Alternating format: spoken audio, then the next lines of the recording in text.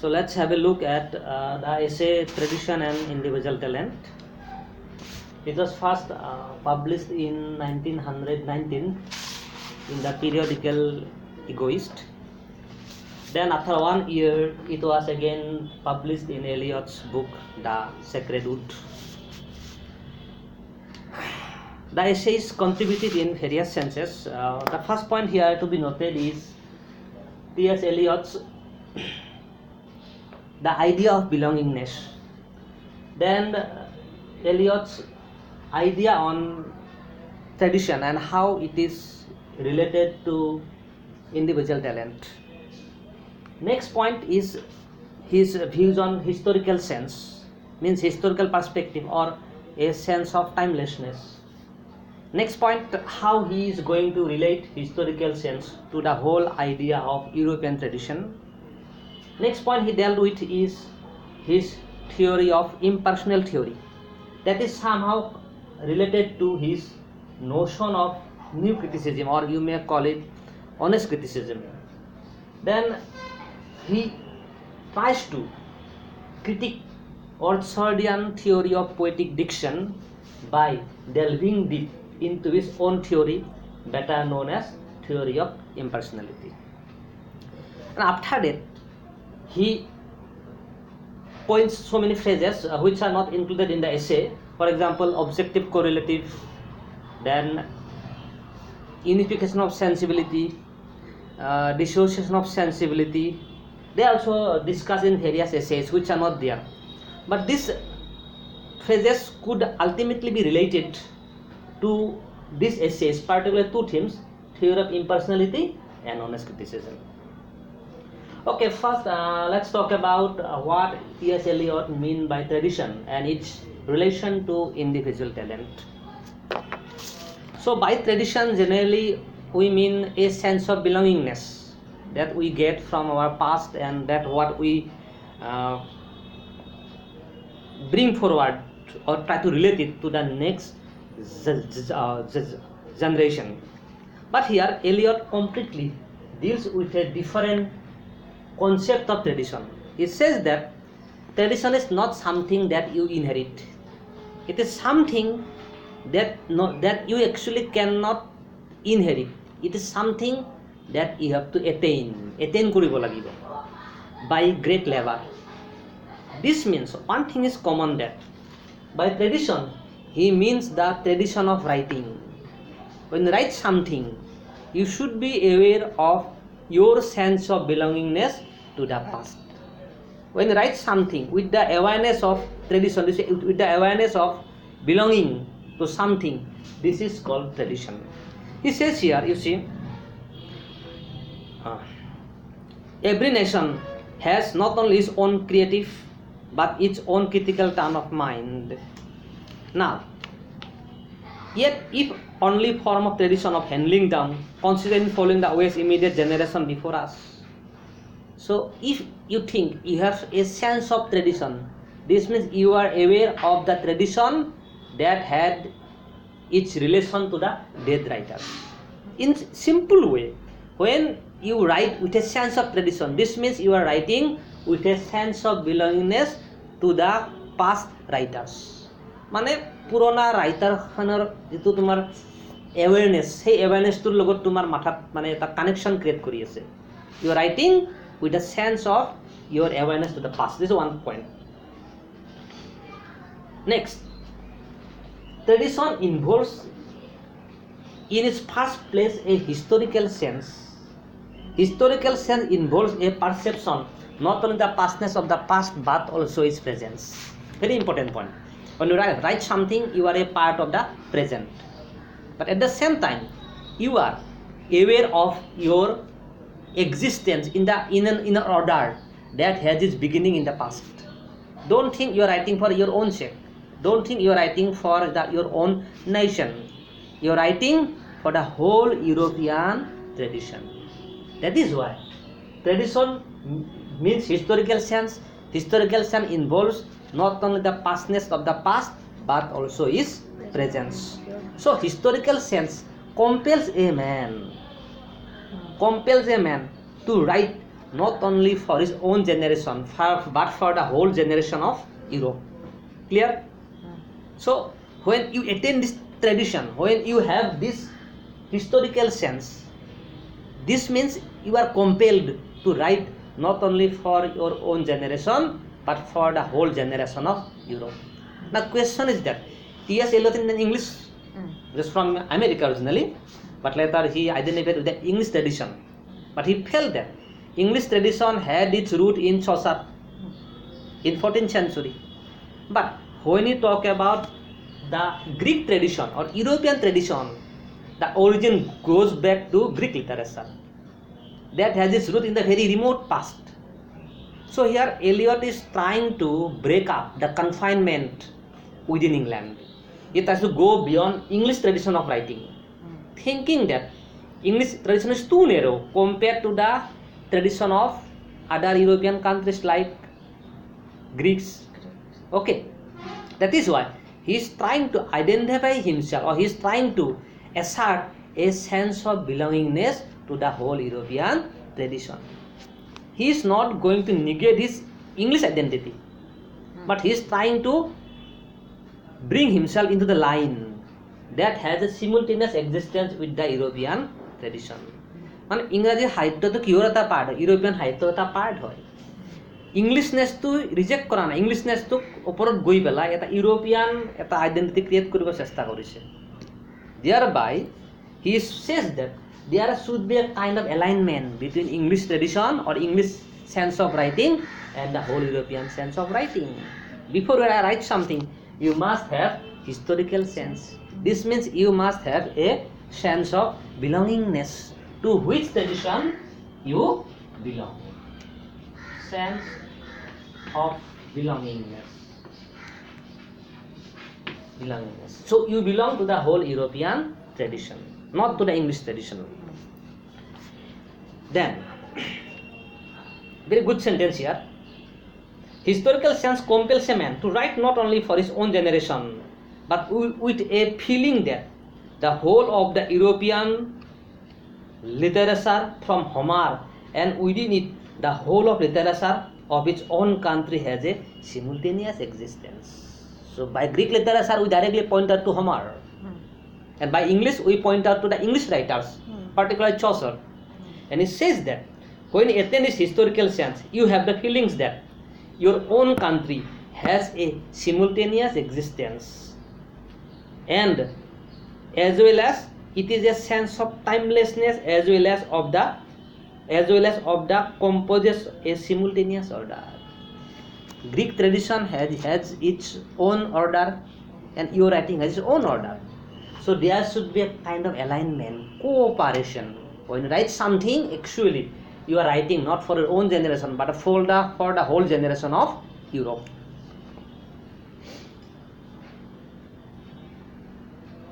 Next point, very important.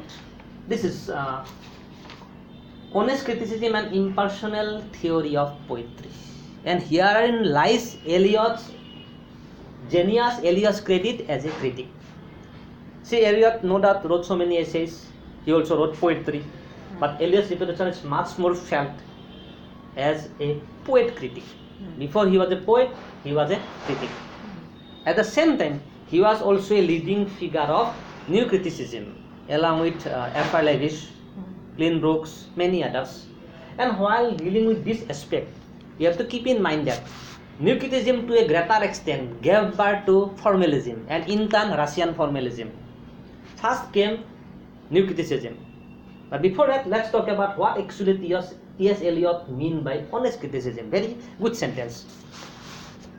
Honest criticism and sensitive appreciations are directed not upon poet but on poetry.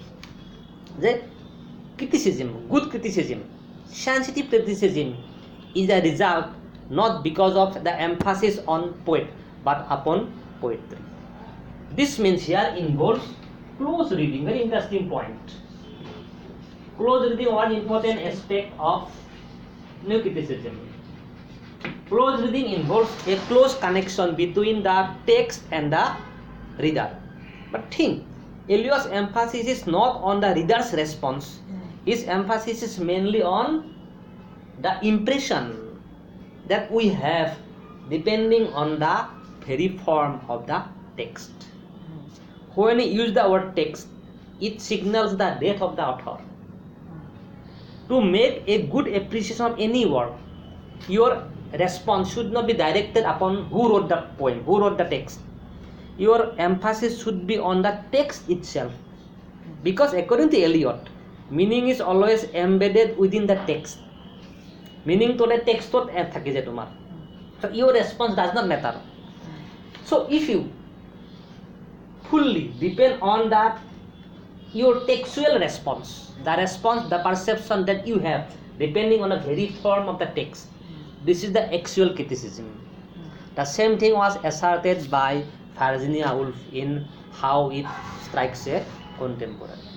যে এটা ভাল সাহিত্যক যদি আমি ভালকৈ সমালোচনা কৰিব ইচ্ছা কৰোঁ, সাহিত্যৰ আমি টেক্সটটো গুৰুত্ব দিব, কথা আখৰবিলাক গুৰুত্ব দিব লাগিব, কোনে লিখিছে সেইটো গুৰুত্ব দিব নালাগিব. Only then honest criticism is possible. Next point here,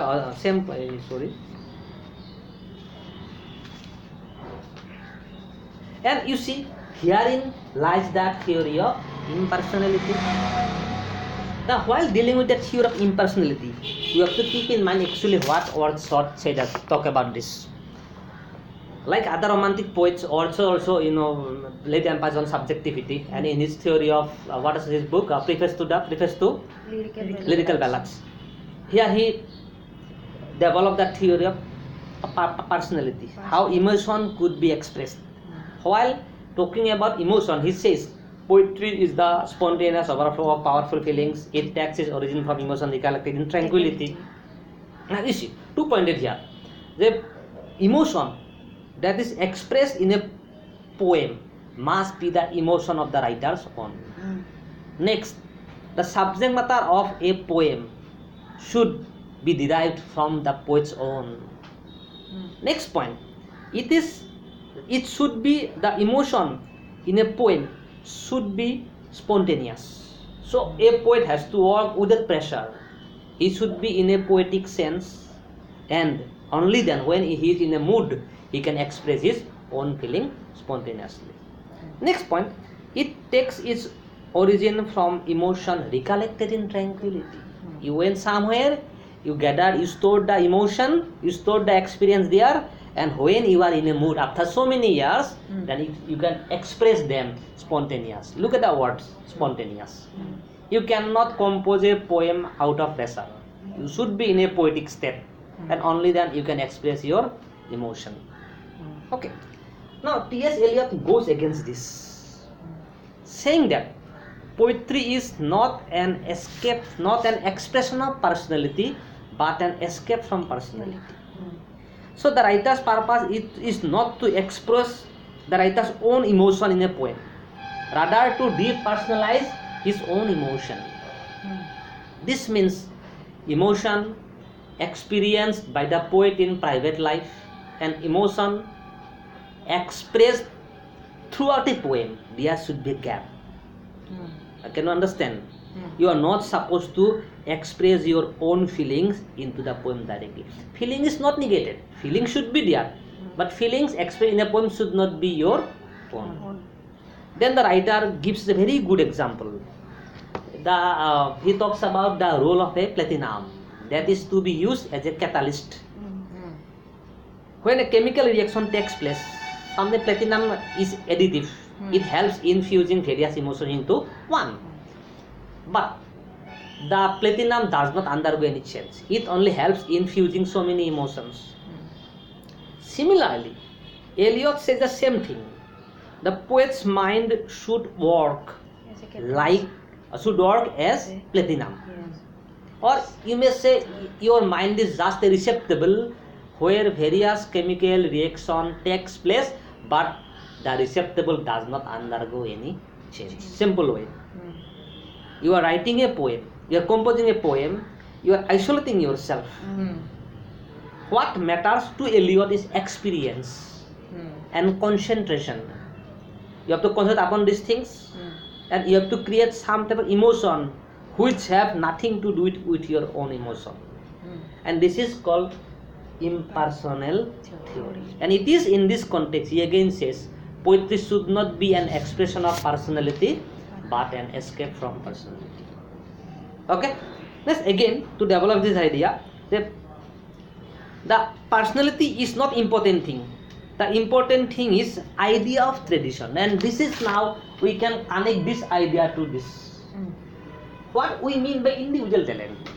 By the use of the phrase individual talent, he does not mean the talent that is your own.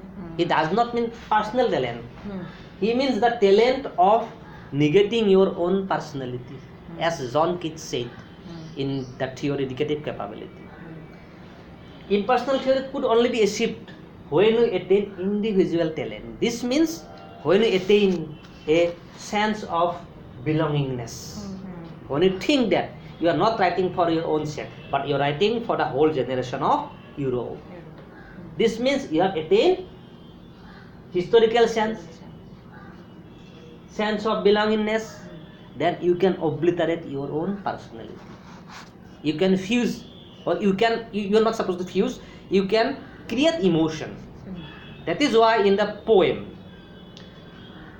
The Love Song of J. Alfred Prufrock, emotions are created, not expressed. And it is in this regard he talks about objective correlative in the essay Hamlet and his Problem. Okay, this is not mentioned here in this essay, but in the essay Hamlet and his Problem, he uses the phrase, and this phrase is to be explained in relation to the theory of impersonality. Now see, what is objective correlative? This is the point. He says, the only way of expressing emotion in the form of art is finding an objective correlative, a set of objects, situation, a chain of events, which shall be the formula of that particular emotion. Now, critiquing, he criticizes Hamlet. He says that Hamlet was an artistic failure because Hamlet was always eager to express his own personality. On the other hand, Macbeth was a successful drama in the sense that in Macbeth, what Eliot could depersonalize the emotion of the hero. For example, when Macbeth is going to murder King Duncan, he has expressed his own feeling, but not like Orchardia. He expressed his own feeling by referring to a set of objects, by referring to a set of chain of events. মানে তোমাৰ emotion খিনি কিছুমান it may be reflected in some objects, and the writer may have an indirect hint that what is happening in the mind of the hero. মানে তোমাৰ emotion খিনি তুমি directly I, my এইবিলাক using personal pronoun, you need not express your own emotion. You may take the help of some setting, like Macbeth could see the dagger hanging. He could have the smell of the blood. Okay, he referred to the whole Arabian perfume. All these things are called objective correlatives. So, to express emotion or to make your work impersonal, you may take the help of objective correlative. So, from this point of view, Shakespeare's Macbeth was a success. On the other hand, Hamlet was an artistic failure. He was always dominated by some unknowable, complex kind of emotion by using mind, etc. So, along with this theory, 2 points we may point out. One is unification of sensibility and decision of sensibility. So, he used these two phrases in the essay Metaphysical Poets. So, we will not talk about it's very long essay. Here, he, while appreciating the metaphysical poets, he found one interesting aspect. This is fusion of feeling and thinking. By by sensibility, he means fusion of feeling and thinking. If there is the absence of feeling, or either any one of them, either feeling or thinking, it will give rise to dissociation of sensibility.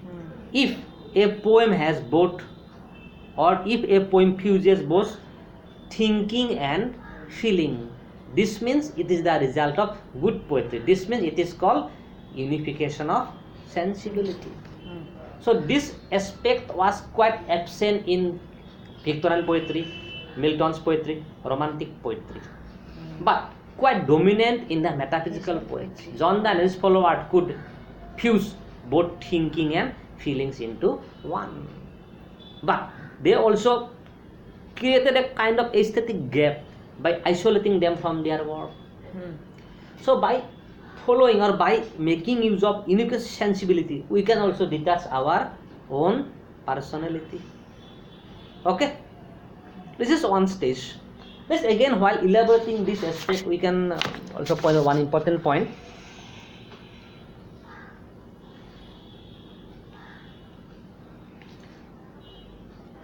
The experience, you will notice the elements which enter the presence of transformative catalysis are of two kinds: emotions and feelings. Same thing.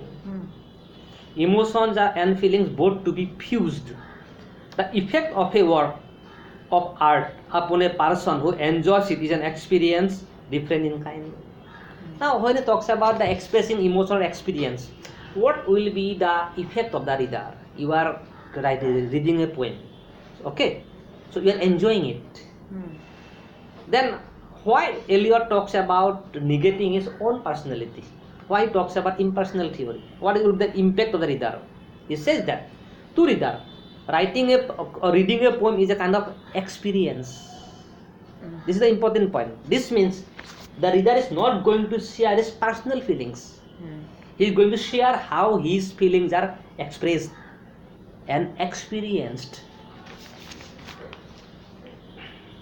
It may be formed out of emotion or may be combination of several. One good example I will relate you the love song of Zelda True Frog. We know what's happening in True Frog, but in any line throughout the poem, the protagonist True Frog has not expressed his own dilemma. That he wants to make a proposal to a lady he knows, that how he is suffering from a kind of super inferiority complex, how he is the victim of isolation. He has never expressed any line regarding this. Then how do we know what's going on in his mind? Because of the setting, London city life. He talks about the women coming and go talking about Michelangelo. He compares his mind to a person placed on the table to be operated. For example, let's go then, you and I, when the evening is spread out against the sky, like a patient guitarist upon a table. And you see how the protagonist is explaining his own